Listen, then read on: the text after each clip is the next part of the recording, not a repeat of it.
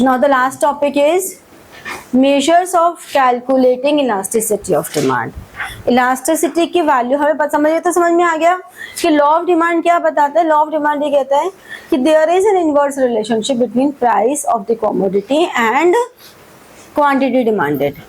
Elasticity degree of that responsiveness बताता है कि how much quantity demanded will change due to change in price. ठीक है, तो price elasticity degree of responsiveness बता रहा है. अब डिग्री ऑफ रिस्पॉन्सिवनेस में भी हमने 5 डिग्रीज की थी. Ed is more than 1, Ed is less than 1, Ed is equal to 1, Ed is equal to 0, Ed is infinity. तो there was 5 degrees of elasticity of demand. अब उसके अलावा हाउ टू कैलकुलेट, उसके लिए हमारे पास हैं 3 मेथड्स. मेथड्स बहुत सारे होते हैं हमारे सिलेबस में, मेनली एक ही है, बट नाम तुम तीनों के देख लो. किसी किसी के स्कूल में एक्स्ट्रा भी करवा देते हैं. मेन परसेंटेज मेथड ही है जो स्कूल्स में होता है, हमारे सिलेबस में भी है. परसेंटेज या प्रोपोर्शनेट मेथड. इसके अलावा एक होता है हमारे पास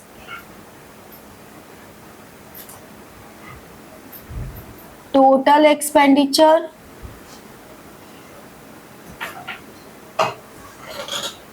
ठीक है, और एक है पॉइंट.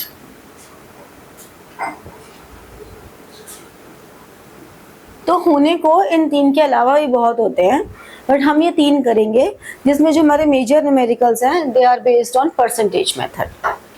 परसेंटेज मेथड क्या कहता है कि elasticity of demand is equal to percentage change in quantity demanded upon percentage change in price. This is the best method because it gives accurate value. ये ध्यान रखना, elasticity of demand is always negative. Why elasticity of demand is always negative? क्यों है ऐसा? Elasticity of demand हमेशा negative क्यों होती है?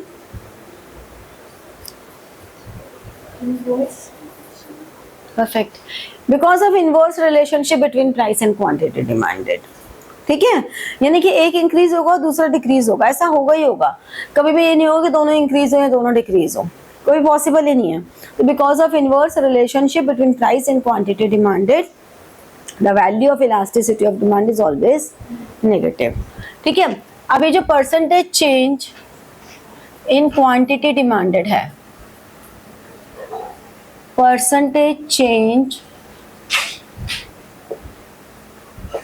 in quantity demanded.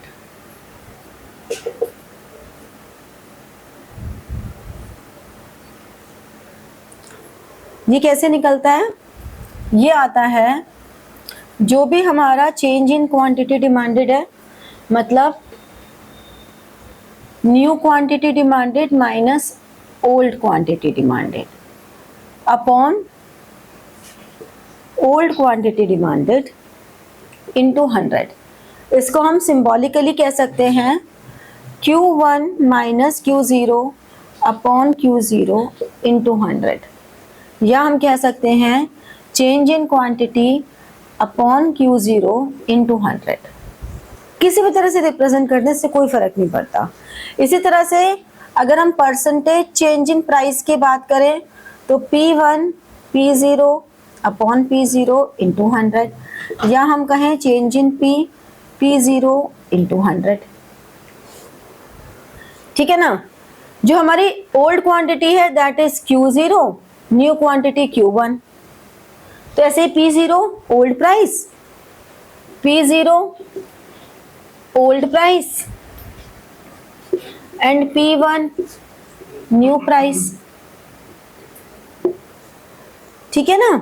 अब इसी से अगर हम एक दूसरा फॉर्मूला डिराइव करें, मतलब हम कहें change in quantity Q0 into 100, change in price upon P0 into 100, और अगर हम इसको सॉल्व करें 100 cancel, change in quantity upon Q0 into P0 upon change in price. Reverse कर देंगे ना, क्योंकि जब डिवीजन की वैल्यू हम ऊपर लेके जाएंगे तो मल्टीप्लाई हो जाएगी रिवर्स करके, और फिर इसको लिखने का तरीका चेंज कर दें, change in quantity upon change in price multiplied by P0 upon Q0। तो हम ये कह सकते हैं कि एक तो ये फॉर्मूला है इलास्टिसिटी ऑफ डिमांड का, और एक ये है। आपको क्वेश्चन में जिस फॉर्म में आपको वैल्यूज गिवन हो उस फॉर्म में निकाल लो। ये डेरिवेशन आपको कभी आती नहीं है निकालने को, ये मैंने आपको सिर्फ समझा दिया है। इस तरह से फॉर्मूला डिराइव करने को आपसे कभी नहीं पूछा जाएगा, but you must know how to derive formula, उससे आपको लर्निंग इजी हो जाती है। बट हमें जो न्यूमेरिकल्स करने हैं वो न्यूमेरिकल्स इन्हीं दो पर बेस्ड हैं, ठीक है। टोटल एक्सपेंडिचर क्या होता है? Price into quantity is your total expenditure. तो अगर price of commodity and total expenditure इन दोनों में नेगेटिव रिलेशन है तो हमारी जो इलास्टिसिटी ऑफ डिमांड है दैट इज मोर देन 1। अगर प्राइस एंड टोटल एक्सपेंडिचर में पॉजिटिव रिलेशन है then it is less than 1, and change in price and no change in total expenditure तो इलास्टिसिटी 1 है। मतलब अगर प्राइस इंक्रीज हो रहा है टोटल एक्सपेंडिचर भी इंक्रीज हो रहा है, या प्राइस डिक्रीज हो रहा है टोटल एक्सपेंडिचर भी डिक्रीज हो रहा है, तो मीन्स दोनों में पॉजिटिव रिलेशन हो गया, तो इलास्टिसिटी लेस देन 1 है। अब ये वाला मेथड इतना एक्यूरेट क्यों नहीं है? क्योंकि ये सिर्फ हमें डायरेक्शन बता रहा है, लेस देन 1, मोर देन 1 और इक्वल टू 1, 3 डिग्रीज बता रहा है सिर्फ ये, ठीक है। जबकि परसेंटेज मतलब हमें एग्जैक्टली वैल्यू बता देता है। फिर जो पॉइंट इलास्टिसिटी है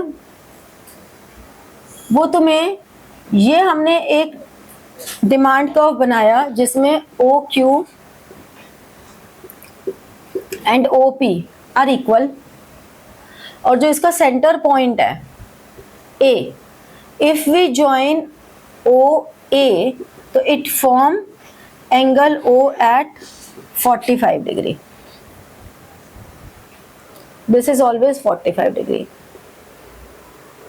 तो ये इस पॉइंट पर इलास्टिसिटी इज 1, इस पॉइंट पर इलास्टिसिटी इज इंफिनिटी, इस पॉइंट पर elasticity is 0, any point in between elasticity is more than 1, any point in between elasticity is less than 1, ठीक है।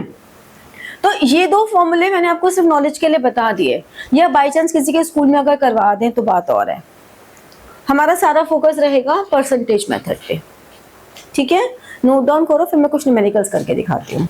अब देखो ये कुछ न्यूमेरिकल्स हैं।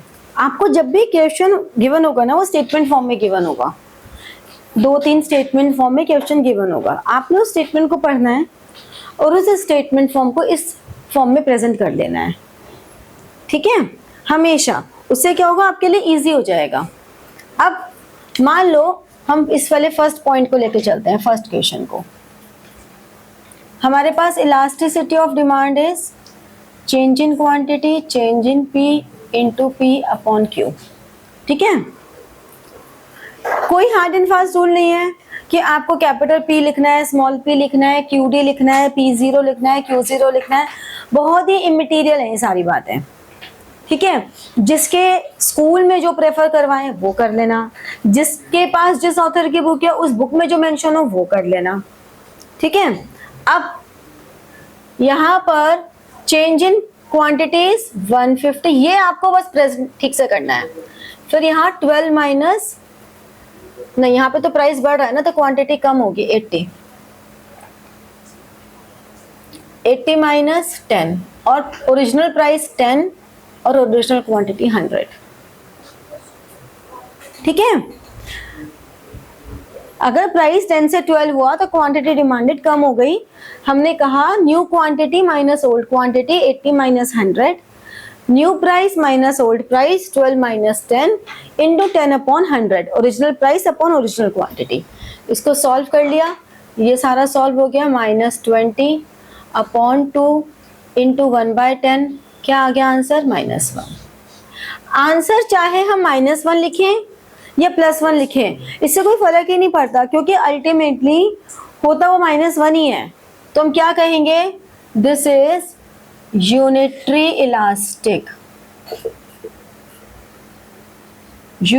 Elastic demand. क्यों यूनिटरी इलास्टिक है? क्योंकि वन वैल्यू आई हुई है, one means unitary elastic equal to one. अब अगर हम सेकेंड को देखें, हमें प्राइस मिसिंग है, तो जो भी आइटम मिसिंग हो उसको हमने एक्स एज्यूम कर लिया। आप प्रॉपर लिखोगे let the new price is x, rupees x. अब हमने फॉर्मूला लगा दिया, ईडी इज -3। फॉर्मूला हर बार लिखोगे, जितनी बार क्वेश्चन करोगे उतनी बार फॉर्मूला लिखोगे। कभी भी यहाँ पर आलस नहीं करना, अदरवाइज आपको फॉर्मूला याद नहीं रहेगा और आप कुछ गड़बड़ कर दोगे। आसान सा फॉर्मूला है, फिर भी भूल जाते हैं बच्चे। अब इसमें वैल्यूज पुट करें, -3। अगर माइनस नहीं भी लिखा होता तो भी हम इसको -3 ही लिखेंगे। Never write 3। If it is given 3, even then you should write -3। -3 is 120 minus 80 upon x minus 100 into 100 upon 80. Now solve this. -3 is 40 upon x minus 100 into 5 upon 4. ठीक है ना? फिर ये भी कैंसिल आउट हो गया और हमने क्रॉस मल्टीप्लाई कर दिया। अब आपकी मर्जी है आप कितने स्टेप्स में करना चाहते हैं। अगर आपको लगता है कि हम यहाँ पे स्टेप्स को बीच में मिस कर सकते हो तो आप कर सकते हो, जैसे कि मैंने ये किया। उसके बाद -3x plus 300 is equal to 50, तो x is equal to -250 upon -3, तो माइनस माइनस कैंसिल हो गया, 83.3। इसके बाद हमें स्टेटमेंट लिखनी जरूरी है। The price is ₹83.3 at 120 quantity sold, quantity demanded, या एट क्वांटिटी डिमांडेड 120, या हम कह सकते हैं the revised price per unit is ₹83.3। मतलब in any manner you must write the answer. सिर्फ x निकाल के यहाँ छोड़ नहीं देना, प्रॉपर स्टेटमेंट लिखनी है, आधा नंबर कट जाएगा वरना। ठीक है, अब थर्ड क्वेश्चन देखो। Again ED is equal to change in quantity, change in price, price upon quantity. Third पर आते हैं, हो जाएगा -2.5 इज इक्वल टू, इसको x ले लिया, x - 30, 6 - 5, 5 upon 30, तो -2.5 x - 30 upon 1 into 1/6,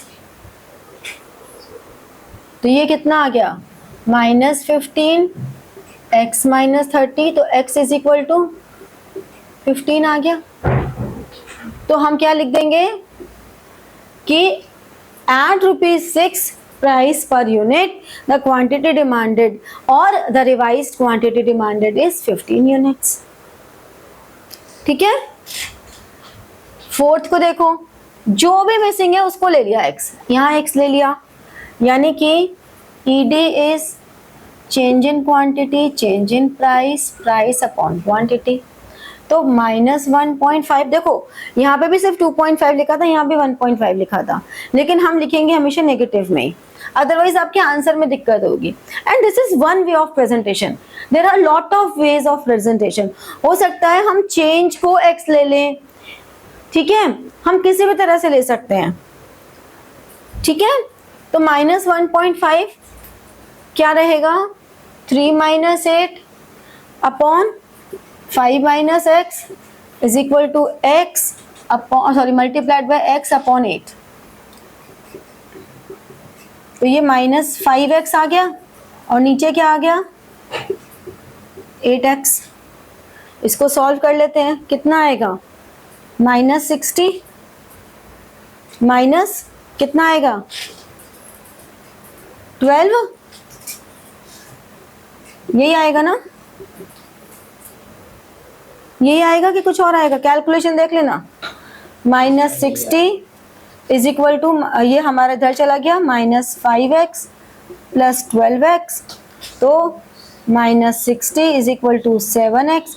अब x is equal to minus 60 upon 7। अब यहाँ पर कितना आ गया, 8 पॉइंट समथिंग आ जाएगा, कितना होगा 8.5 समथिंग। अब बात ये है कि 8.5 का मतलब तो ये हो गया कि हमारा प्राइस नेगेटिव में है, बट इसमें हमारी तो कोई गलती नहीं है, ये तो क्वेश्चन की फॉर्मेशन की गलती हुई ना। हम सिर्फ अगर कभी ऐसा आंसर आ जाएगा तो हम सिर्फ एक काम करेंगे, अपनी कैलकुलेशंस को दोबारा चेक कर लेंगे कि हमने यहाँ पे 1.5 ठीक लिखा है, फिर हमने 3 minus 8 5 minus x into x upon हमने ये ठीक लिखा है, फिर हमने माइनस 5x अपॉन ये भी ठीक लिखा है। हम अपनी कैलकुलेशंस को पूरा चेक कर लेंगे। माइनस 60 माइनस कितना आएगा 12 आ गया, तो हमने अपनी कैलकुलेशन सही की है। अब क्वेश्चन की फॉर्मेशन की मिस्टेक है तो उसमें हम कुछ नहीं कर सकते, ठीक है। तो कभी भी ये मत सोचना कि क्वेश्चन गलत हो जाए खुश हो जाओ, आप अपना काम करके आ जाओ, दैट्स इट, ठीक है। फिफ्थ क्वेश्चन में again ED is change in quantity, change in price, price upon quantity.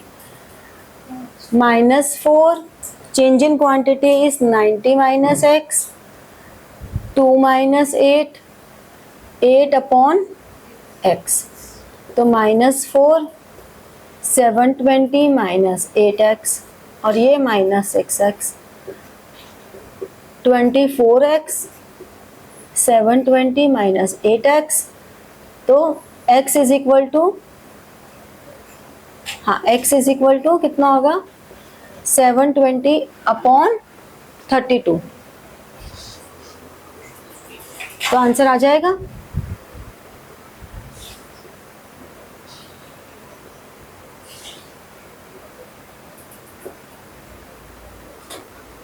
ठीक है, समझ में आए।